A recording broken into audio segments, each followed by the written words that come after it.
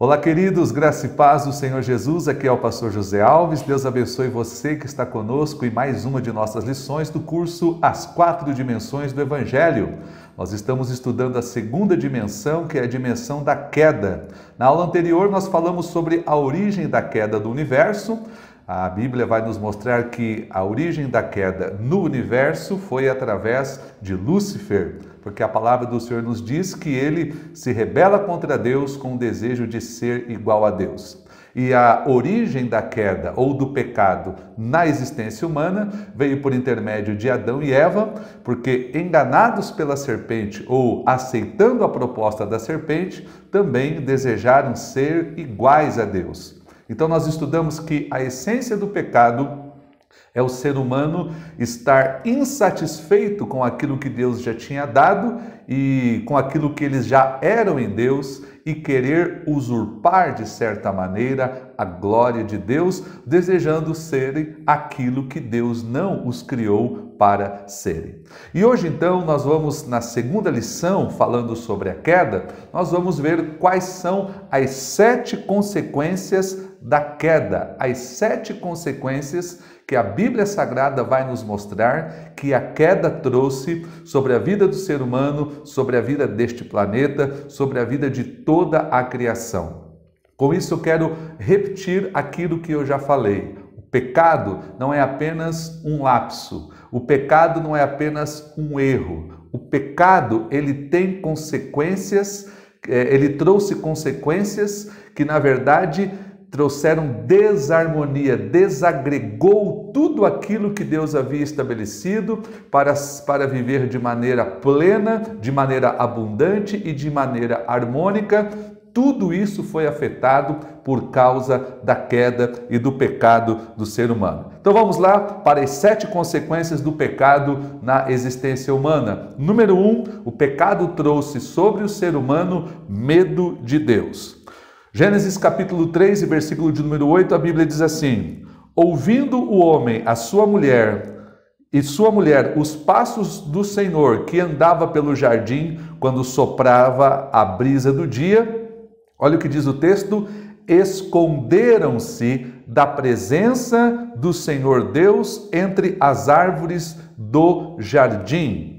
E no versículo de número 10 diz assim, quando Deus pergunta: onde é que você está, Adão? Olha o que ele diz: ouvi os teus passos no jardim e fiquei com medo, porque estava nu, por isso me escondi.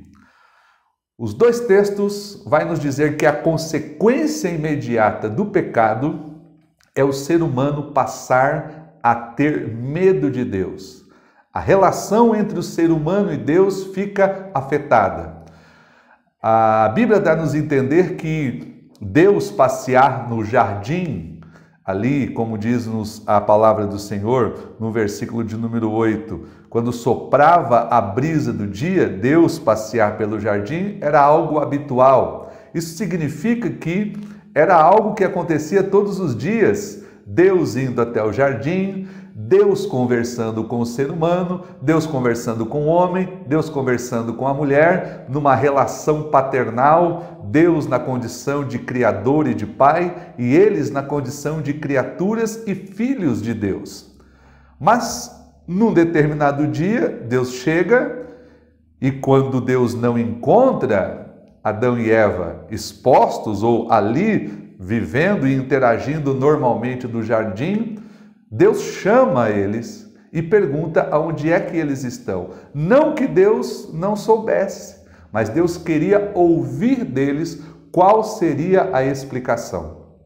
Então, Adão olha para Deus ou fala com Deus dizendo: quando percebemos que o Senhor estava chegando e que nós estávamos nus, nós ficamos com medo e nos escondemos.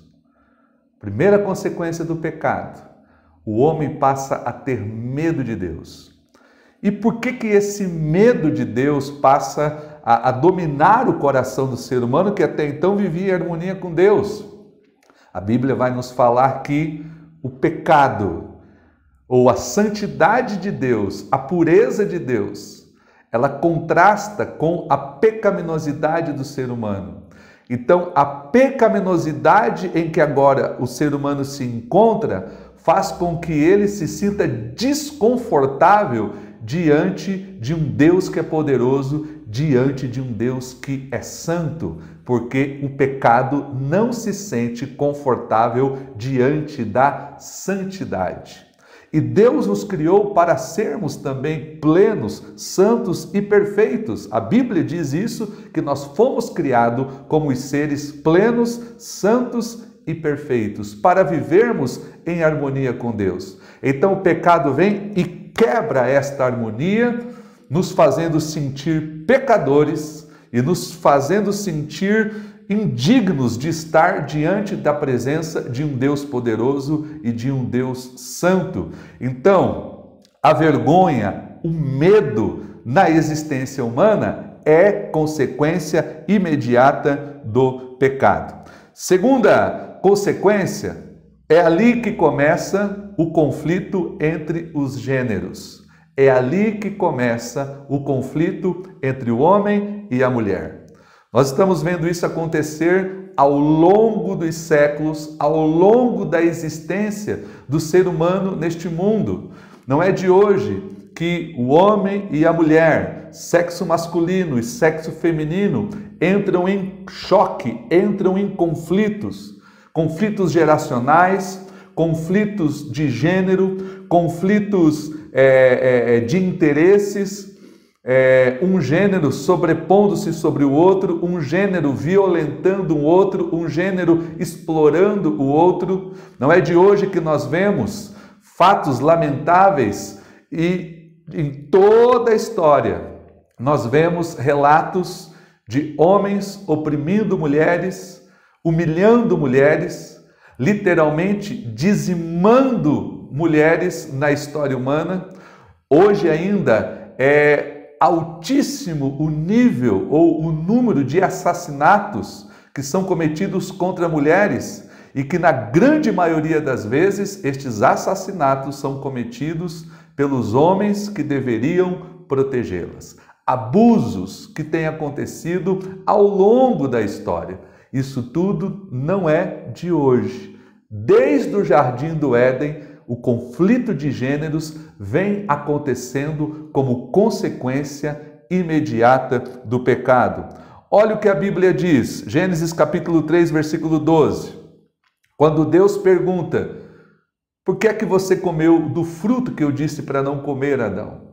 Ao invés dele assumir para si a responsabilidade pela sua atitude, olha o que ele diz, disse o homem, foi a mulher que me deste por companheira. Então, o homem responsabilizando a mulher pelo fato dele ter tomado a decisão de ter comido o fruto. Foi a mulher que me deste por companheira, que me deu do fruto da árvore e eu comi. Então, o que nós vamos começar a ver aqui é o primeiro relato da história humana do conflito entre os gêneros. E olha o que a Bíblia diz em Gênesis 3:16 como consequência imediata do pecado. Deus disse que as várias esferas da existência seria marcada por maldições. E Deus disse que sobre a mulher, como consequência do pecado, aconteceria algo muito desagradável. E a mulher, ele declarou, seu desejo será para o seu marido e ele a dominará. Agora preste bem atenção. Aqui Deus não está ordenando que o marido ou que o homem exercesse domínio sobre a mulher. Deus aqui não está dizendo que era a vontade dele ou ele estava autorizando o sexo masculino ter domínio sobre o sexo feminino. Não é isso que Deus está dizendo. O que Deus está dizendo é que, como consequência do pecado na existência humana, infelizmente, o que iria acontecer era agora o domínio, a opressão de um gênero sobre o outro. Não como vontade de Deus, mas como consequência do pecado. Então Deus diz o seguinte, ao pecar, ao permitir que o pecado entrasse na vida de vocês e entrasse na existência humana, a relação entre vocês será uma relação tensa, será uma relação conflituosa, será uma relação de combate, de sofrimento, de dor, de briga e, infelizmente, de morte. Por quê? Porque é isso que o pecado traz. O pecado destrói as relações que deveriam ser mais afetivas, mais amorosas. O pecado destrói a aliança que deveria ser honrada com respeito e com amor mútuo. O pecado destrói esta relação, porque a única função do pecado é trazer destruição, dor e, consequentemente, morte. Então não se engane, o pecado não é apenas um erro, o pecado não é um lapso, mas o pecado é algo que traz uma desarmonia, vamos assim dizer, em tudo aquilo que Deus criou para ser harmônico. Número 3, terceira consequência, a dor passa a fazer parte da existência humana. A partir do pecado, abre-se a porta para que processos doloridos de existência ou a dor começa a fazer parte da vida e da existência do ser humano. Gênesis 3:16, a mulher, ele declarou: multiplicarei grandemente o seu sofrimento na gravidez. Com sofrimento você dará luz a filhos. Veja bem, não que a gravidez ou dar luz a filhos seria algo ruim, mas a partir de agora, dor, sofrimento faria parte da existência humana. Qual que é o ponto aqui? Antes da queda, não existia dor na existência humana. A partir da queda, até no processo de dar luz a uma nova vida, seria um processo de dor. No versículo 17 e versículo 19, Deus está dizendo para o homem: com sofrimento você se alimentará da terra todos os dias da sua vida. Ela lhe dará espinhos e ervas daninhas, e você terá de alimentar-se das plantas do campo. Com o suor do seu rosto você comerá o seu pão. Então veja aqui: sofrimento, espinhos, ervas daninhas, suor do rosto. É a linguagem que a Bíblia está dizendo que a existência humana seria marcada por trabalho, por esforço, por processos doloridos na sua existência. Não que o trabalho seja uma maldição, não que desenvolver habilidades profissionais, porque antes mesmo da queda, Deus já tinha dado para o ser humano a responsabilidade de cuidar do jardim, de cuidar da criação de Deus.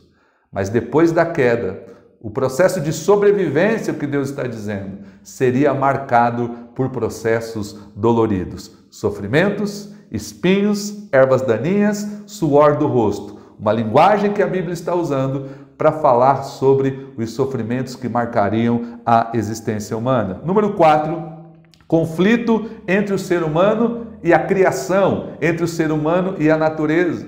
Então, todo esse processo de exploração e de devastação que o ser humano ele tem cometido contra a natureza não é de hoje. Desde o Jardim do Éden, Deus estava dizendo que a existência do ser humano e as consequências do pecado impactariam o próprio ecossistema. A própria criação de Deus seria afetada por causa do pecado. Olha o que diz o versículo 17 de Gênesis 3. E ao homem declarou: visto que você deu ouvidos à sua mulher e comeu do fruto da árvore, da qual eu lhe ordenara que não comesse, maldita é a terra por sua causa.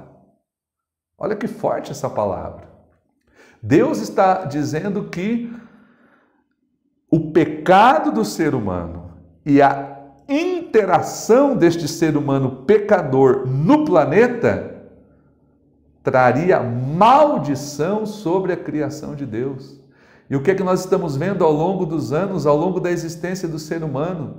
O ser humano explorando, o ser humano desmatando, o ser humano realizando várias ações de agressão à natureza e, consequentemente, a natureza dando as suas respostas. Nós estamos vendo um desequilíbrio no ecossistema, nós estamos vendo um desequilíbrio climático em vários lugares do mundo, nós estamos vendo espécies que estão em extinção e outras que já foram extintas. O ser humano cada vez mais degradando a natureza, o planeta, para sanar a sua sede de poder, de dinheiro, de riqueza a qualquer custo, se esquecendo que se nós não cuidarmos da criação de Deus como Deus ordenou que cuidássemos, nós estamos literalmente destruindo o único lugar em que a vida humana é possível, que é neste planeta. Eu acho muito interessante algumas iniciativas dos seres humanos querer ir para outro planeta, como por exemplo, tentando colonizar Marte, tentando descobrir se há possibilidade da existência de vida humana em Marte. E quando eu começo a olhar tudo isso, eu olho para a Bíblia Sagrada e vejo o ser humano está percebendo que está esgotando aquilo que este planeta tem e está querendo ir para um outro lugar para tentar também colonizar e explorar aquilo que supostamente pode ter naquele planeta. Mas o único planeta que Deus criou com condições da existência humana, sem nenhuma adaptação, é este planeta. Então nós temos que cuidar bem da nossa casa comum, deste planeta que o Senhor nos deu para que aqui vivêssemos e aqui nos desenvolvêssemos. Número 5, a quinta consequência do pecado é a ruptura na relação com Deus. A ruptura na relação com Deus. Em primeiro lugar, o homem passa a ter medo de Deus. E em segundo lugar, o pecado na vida do ser humano faz com que ele rompa a sua relação com Deus. E essa ruptura está descrita em Gênesis 3, 23 e 24, que diz assim: pois o Senhor Deus mandou o homem embora do jardim do Éden para cultivar o solo do qual fora tirado. Depois de expulsar o homem, colocou a leste do jardim do Éden querubins e uma espada flamejante que se movia, guardando o caminho para a árvore da vida. Duas expressões: mandou o homem embora e o homem foi expulso da presença de Deus. O pecado, ele causa essa ruptura entre nós e Deus. O único que pode nos conectar novamente com Deus é o Senhor Jesus, e é isso que nós vamos estudar na próxima dimensão do Evangelho, a terceira dimensão, que é a dimensão da redenção. E nós vamos ver que tudo aquilo que Cristo fez na cruz foi para nos reconectar novamente com Deus, porque desde o jardim do Éden, o ser humano teve a sua relação com Deus rompida, e somente por intermédio de Jesus nós podemos ser reconciliados. Em sexto lugar, o ser humano passa também a gerar filhos corrompidos pelo pecado. A Bíblia diz que o ser humano, a partir de agora, ele não apenas cometeu um pecado, cometeu um ato, mas ele passa agora a ter uma natureza pecaminosa. E eu tenho sempre dito, nós seres humanos não somos pecadores de tanto cometer pecados. Muito pelo contrário, nós cometemos pecados porque nós já nascemos com a natureza pecaminosa.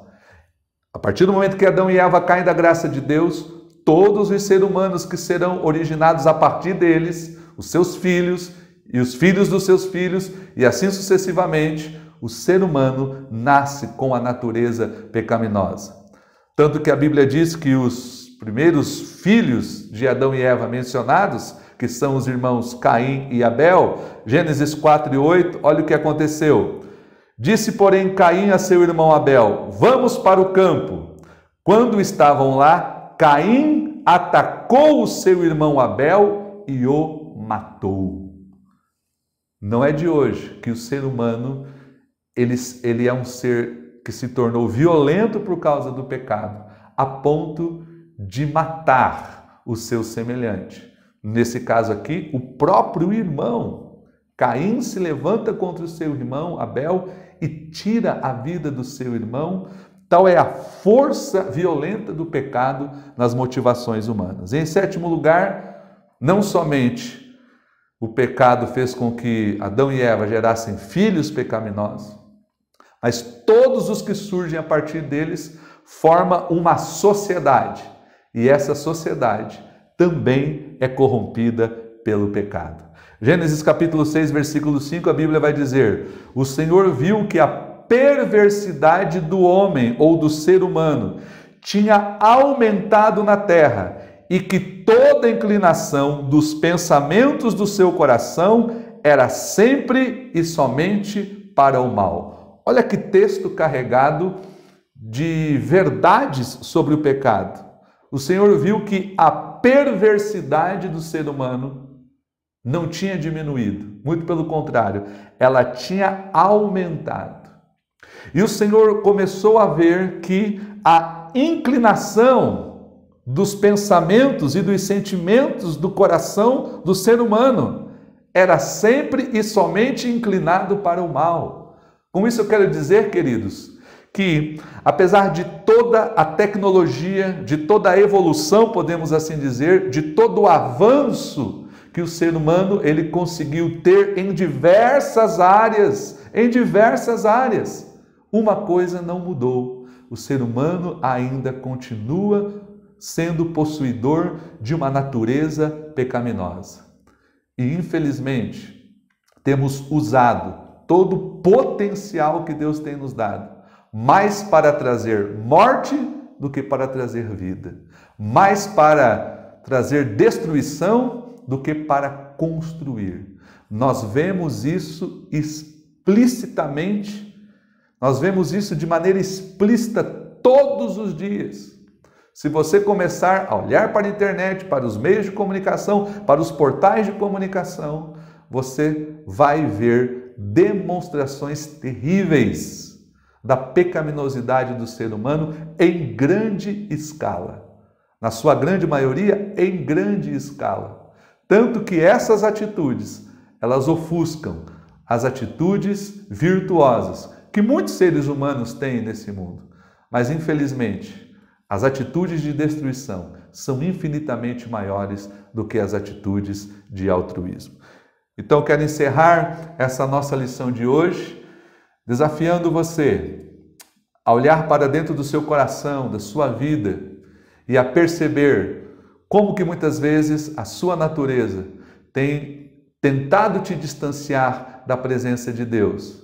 E se você já é uma pessoa que recebeu a Cristo como Salvador, busque cada vez mais estar rendido ao Senhor Jesus para que a natureza de Cristo possa cada vez mais dominar você. Se você ainda não recebeu Jesus, essa é uma grande oportunidade de você abraçá-lo como seu Salvador. É a única maneira de você ser liberto do poder do pecado e ser perdoado dos seus pecados, para que você esteja reconectado com Deus. Que Deus abençoe grandemente a sua vida e até a nossa próxima aula, onde vamos começar a estudar a terceira dimensão do Evangelho, que é a dimensão da redenção. Deus te abençoe e até lá.